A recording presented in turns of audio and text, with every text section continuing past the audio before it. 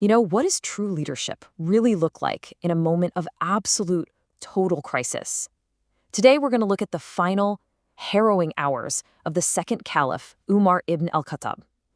His response to his own assassination, well, it wasn't about him at all. It was a complete masterclass in how to secure the future, all forged in deep faith and prophetic wisdom. Let's dive into how he faced this ultimate test. I want you to just picture the scene. It's pre-dawn. You're in the Prophet's mosque in Medina. The Fajr prayer is about to begin, and the leader of the Muslims, Umar, is standing there ready to lead everyone. And in that sacred, quiet moment, everything is shattered by his cry, "The dog has killed me." The attack was just so sudden, so brutal. In a single instant, the peace of the mosque just exploded into chaos and bloodshed. The sheer ferocity of it all is just stunning. The report from Amr ibn Maimun tells us that the attacker, Abu Lulua, didn't just go for Umar. With this two-edged knife, he went on an absolute rampage, stabbing 13 people, killing 7 of them, before a man threw a cloak over him, and at that point, he took his own life. It was just pure, indiscriminate violence, right at the heart of the community. Now, think about this for a second. He's mortally wounded, bleeding out, and his first instinct isn't to cry for help. No, it's to preserve the order of the community. He literally takes the hand of Abdurrahman ibn Auf, one of the senior companions, and pushes him forward to finish leading the prayer. His priority was the congregation, the institution, the faith itself, not his own life.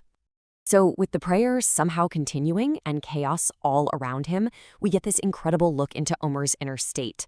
This wasn't panic, not at all. It was something else entirely. After the short prayer was over, Umar asks this critical question: who killed me?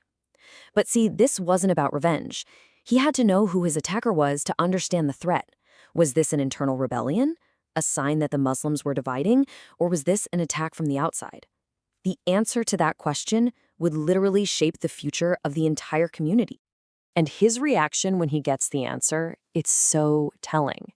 When they told him it was Abu Lulua, a non-Muslim slave, Umar expressed this profound relief. To him, this meant it was a crime from an outsider, not a sign that the community was cracking from within. His greatest fear was internal division, and here, in his last moments, he found comfort that this wasn't it. Umar's incredible composure, it was all rooted right here in this core Islamic belief, complete and total submission to the divine decree. He didn't see this as some random tragedy, he saw it as the will of God.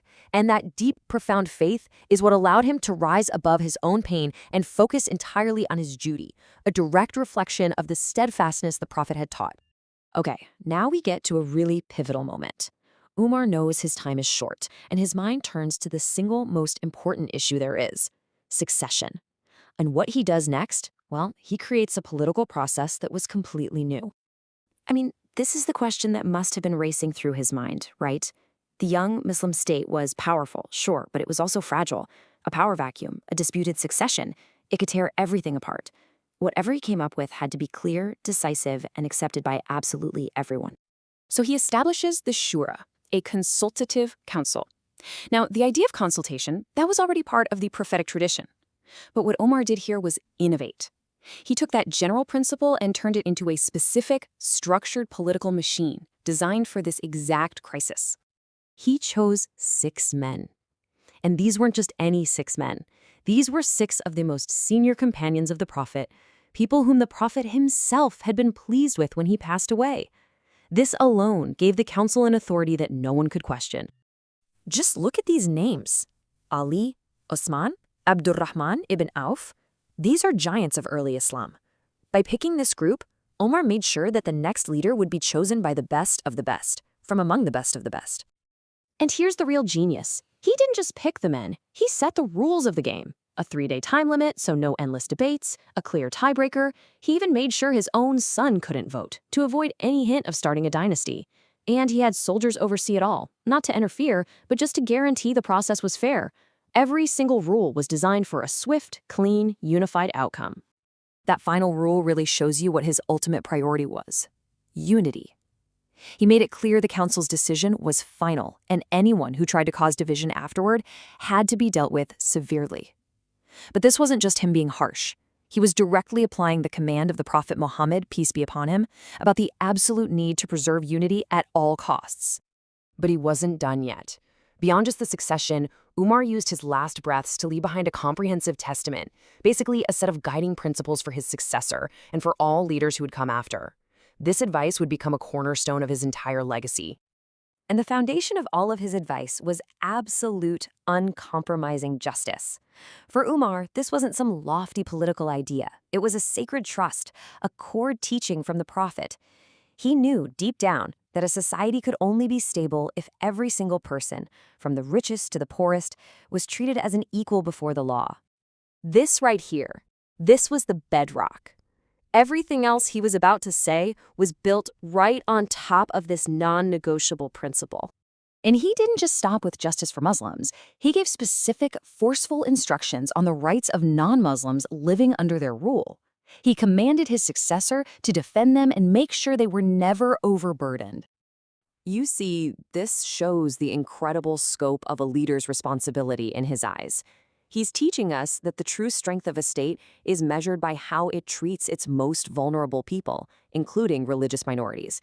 It's just a profound statement on inclusive governance. And then he turned to economics. Umar understood a fundamental truth. If you let wealth just pile up in the hands of a few, it will always, always lead to social instability and injustice. So his advice was basically a command for a dynamic, fair economy. He believed the state had a responsibility to make sure that wealth flowed through all levels of society, to prevent hoarding and to make sure the needs of the poor were always met. So when we really look back, the legacy of Umar isn't just about the lands he governed. It's in the principles he laid down and the future he so carefully, so meticulously planned for in his final, painful moments. And that really leaves us with this final thought, doesn't it?